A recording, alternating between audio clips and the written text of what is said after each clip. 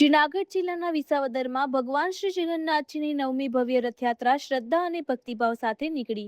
Kalsari road સ્થિત જગન્નાથ મંદિરે વિશેષ પૂજા અને અન્નકૂટ બાદ ધારાસભ્ય ગોપાલ ઇટાલિયા દ્વારા પહિંદ વિધિ કરીને રથયાત્રાને પ્રસ્થાન કરાવવામાં આવ્યું. રથયાત્રા શહેરના મુખ્ય માર્ગો પરથી પસાર થઈ હતી, જ્યાં મોટી સંખ્યામાં ભાવિકો જોડાયા હતા. ધર્મપ્રેમી બહેનોએ સુંદર રાસ ગરબાની રજૂઆત કરી હતી, જ્યારે સંત મહંતોની ઉપસ્થિતિએ સમગ્ર માહોલને વધુ ભક્તિમય બનાવ્યો હતો.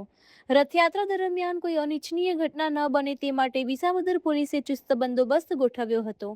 રિપોર્ટર હરીશ મહેતા, વિસાવદર.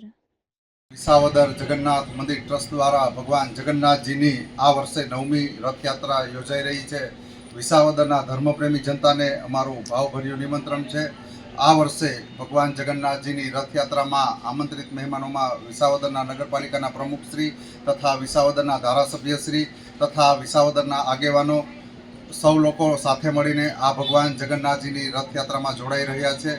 અને આ એવો લાવો આવી રહ્યો છે વિસાવદરની અંદર કે ભગવાન જગન્નાથજી વિસાવદર નગરીમાં નગરચર્યા કરવા નીકળી રહ્યા છે. ત્યારે વિસાવદરની ધર્મપ્રેમી જનતાનો એટલો બધો ઉત્સાહ છે કે આ વર્ષે તો બહોળી સંખ્યામાં લોકોએ લાભ લીધો છે અને લાભ લઈ રહ્યા છે આટલા વર્ષોથીને.